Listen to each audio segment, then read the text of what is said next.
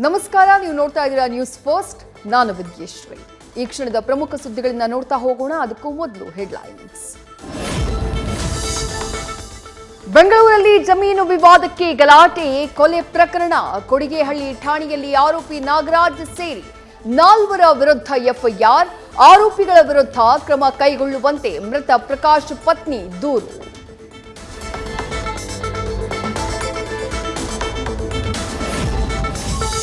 ಮಾಜಿ ಡಿಸಿಎಂಗಾಗಿ ಬಿಜೆಪಿಯಿಂದ reverse operation. Anna Saheb Jolle, Ramesh ಕತ್ತಿ, ಮಹಂತೇಶ್ ದೊಡ್ಡಗೌಡರಿಂದ ರಹಸ್ಯ ಸಭೆ. ಲಕ್ಷ್ಮಣ ಸವದಿಯನ್ನ ಬಿಜೆಪಿಗೆ ಕರೆತರುವ ಕುರಿತಂತೆ ಮಹತ್ವದ ಚರ್ಚೆ. ಬಿಜೆಪಿ ಮತ್ತು ಜೆಡಿಎಸ್ ಶಾಂತಿ ಕದಡುವ ಕೆಲಸ ಮಾಡ್ತಾ ಇದೆ. ಮಂಡ್ಯ ಬಂದ್ ಬಗ್ಗೆ ಅವರು ಏನಾದ್ರೂ ಮಾಡ್ಕೊಳ್ಳಿ, ಜನ ತೀರ್ಮಾನಿಸಬೇಕು. ಹನುಮ ಧ್ವಜ ವಿವಾದದ ಬಗ್ಗೆ ಸಿಎಂ ಸಿದ್ದರಾಮಯ್ಯ ಪ್ರತಿಕ್ರಿಯೆ. ರಾಷ್ಟ್ರ ಧ್ವಜ, ಕನ್ನಡ ಧ್ವಜ ಹಾಕ್ತೀವಿ, ರಾಜಕೀಯ ಧರ್ಮದ ಧ್ವಜ ಹಾರಿಸಲ್ಲ ಅಂತ ಮುಚ್ಚಳಿಕೆ ಬರ್ಕೊಟ್ಟಿದ್ದಾರೆ. ನಮ್ಮ ಮನೆ ಮೇಲೆ ಹಾಕಿದ್ರೆ ಯಾರು ತಡೀತಾರೆ? ಸರ್ಕಾರಿ ಆಸ್ತಿ ರಕ್ಷಣೆ ಮಾಡ್ತೀವಿ. ಹನುಮ ಧ್ವಜ ವಿವಾದದ ಬಗ್ಗೆ ಗೃಹ ಸಚಿವ ಡಾಕ್ಟರ್ ಜಿ ಪರಮೇಶ್ವರ್ ಪ್ರತಿಕ್ರಿಯೆ. ಸರ್ಕಾರ ಆಂಜನೇಯನನ್ನ ಕೆಣಕಿದೆ, ಲಂಕೆ ಸುಟ್ಟಂತೆ ಸುಟ್ಟು ಹೋಗುತ್ತೆ. ಮಂಡ್ಯದಲ್ಲಿ ನಾವು ಗಲಾಟೆ ಎಬ್ಬಿಸ್ತಾ ಇಲ್ಲ, ಕಾಂಗ್ರೆಸ್ನವರೇ ಗಲಾಟೆ ಎಬ್ಬಿಸಿರೋದು. ಸರ್ಕಾರದ ವಿರುದ್ಧ ಕಿಡಿಕಾರಿದ ವಿಪಕ್ಷ ನಾಯಕ ಆರ್ ಅಶೋಕ್. ಎಚ್.ಡಿ. ಕುಮಾರಸ್ವಾಮಿ ರಾಷ್ಟ್ರ ಧ್ವಜದ ವಿರುದ್ಧ ಹೋರಾಟ ಮಾಡಿದ್ದಾರೆ. ನೀವು ಮಾಜಿ ಪ್ರಧಾನಿಯ ಮಗ, ಇದು ನಿಮಗೆ ಶೋಭೆ ತರಲ್ಲ. ಮಾಜಿ ಸಿಎಂಗೆ ಟಾಂಗ್ ಕೊಟ್ಟ ಸಚಿವ ಚಲುವರಾಯಸ್ವಾಮಿ.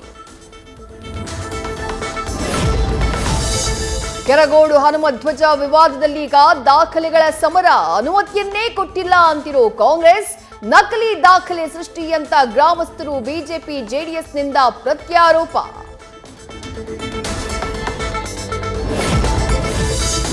ಹನುಮ ಧ್ವಜ ಹಾರಿಸುವುದಕ್ಕೆ ಗ್ರಾಮ ಪಂಚಾಯಿತಿ ಅನುಮೋದನೆ ಸಿಕ್ಕಿತ್ತು. 22ರ ಪೈಕಿ 18 ಸದಸ್ಯರು ಹನುಮ ಧ್ವಜ ಹಾರಾಟಕ್ಕೆ ಸಹಮತ ಸೂಚಿಸಿದ್ರು. ಅನುಮತಿ ಒಪ್ಪಿಕೊಂಡ ಗ್ರಾಮ ಪಂಚಾಯಿತಿ ಸದಸ್ಯ ಮಹೇಶ್.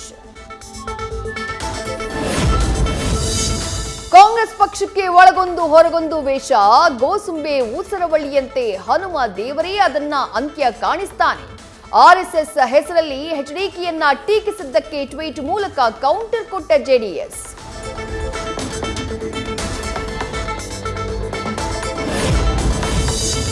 ಒಕ್ಕಲಿಗರ ಕೋಟೆಯಲ್ಲಿ ದೊಡ್ಡ ಮಟ್ಟದ ಹನುಮ ಹೋರಾಟ. ಕೇಸರಿ ಶಾಲು ಹಾಕಿ ಕಾಣಿಸಿಕೊಂಡ ಎಚ್.ಡಿ. ಕುಮಾರಸ್ವಾಮಿ. ಮಾಜಿ ಸಿಎಂ ನಡೆಯಿಂದ ಬಿಜೆಪಿಯ ಬಲ ಕೂಡ ಹೆಚ್ಚಾಯ್ತಾ?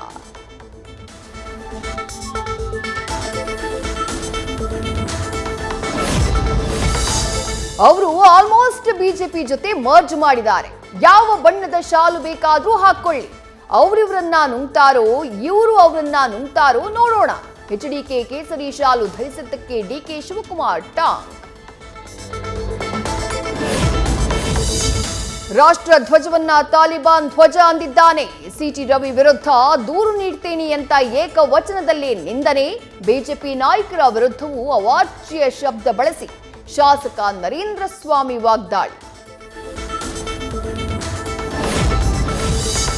ಕಾಂತರಾಜು ವರದಿ ಸ್ವೀಕರಿಸೋ ಘೋಷಣೆ ಬೆನ್ನಲ್ಲೇ ಹೊಸ ಲೆಕ್ಕಾಚಾರ.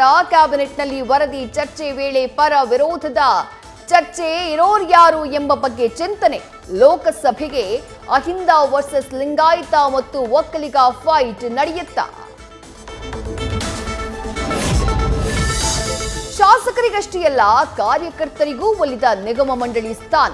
34 ಜನರಿಗೆ ಅಳೆದು ತೂಗಿ ಅವಕಾಶ ಕೊಟ್ಟ ಕಾಂಗ್ರೆಸ್. ನಿಗಮ ಮಂಡಳಿ ಹುದ್ದೆ ಪಡೆಯುವ ಕಾರ್ಯಕರ್ತರ ಪಟ್ಟಿ ರಿಲೀಸ್.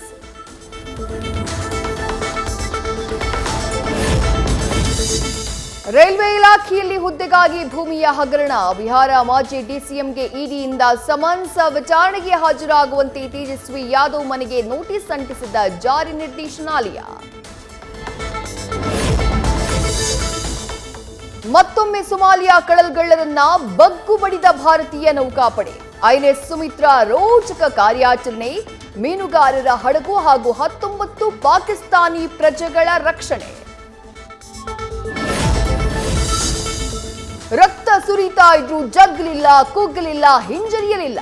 ಹಂತಕ ಸಲಗದ ಜೊತೆ ಕೊನೆ ಉಸಿರಿನ ತನಕ ಕಾದಾಡಿದ್ದ ಅರ್ಜುನ. ವೀರ ಮರಣದ ಕೊನೆ ಕ್ಷಣಗಳ ವಿಡಿಯೋ ಈಗ ಲಭ್ಯ.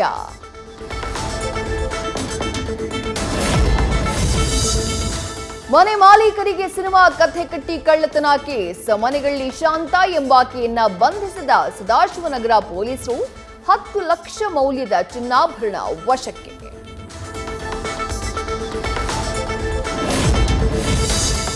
ಬೆಳಗಾವಿಯಲ್ಲಿ ಅಬಕಾರಿ ಅಧಿಕಾರಿಗಳ ಭರ್ಜರಿ ಕಾರ್ಯಾಚರಣೆ. ಗೋವಾದಿಂದ ಅಕ್ರಮವಾಗಿ ಸಾಗಿಸ್ತಾ ಇದ್ದ ಹಾಗೂ ನಕಲಿ ಮದ್ಯ ವಶ. 101 ಕೇಸ್ನಲ್ಲಿ 89,60,000 ಮೌಲ್ಯದ ಮದ್ಯ ನಾಶ. ಅಮೆರಿಕಾದಲ್ಲಿ 2 ದಿನಗಳಲ್ಲಿ 2 ಭಾರತೀಯ ವಿದ್ಯಾರ್ಥಿಗಳ ಸಾವು. ನಿನ್ನೆ ಜಾರ್ಜಿಯಾದಲ್ಲಿ ಸಹಾಯ ಪಡೆದ ನಿರಾಶ್ರಿತನಿಂದಾನೇ ವಿವೇಕ್ ಸೈನಿ ಹತ್ಯೆ. ಇಂಡಿಯಾನಾದಲ್ಲಿ ನಿರ್ಜನ ಪ್ರದೇಶದಲ್ಲಿ ಶವವಾಗಿ ಪತ್ತೆಯಾದ ನೀಲ್ ಆಚಾರ್ಯ. ನ್ಯೂಸ್ ಫಸ್ಟ್ ನಿರ್ಭೀತಿಯಿಂದ ನಿಮ್ಮ ಪರವಾಗಿ.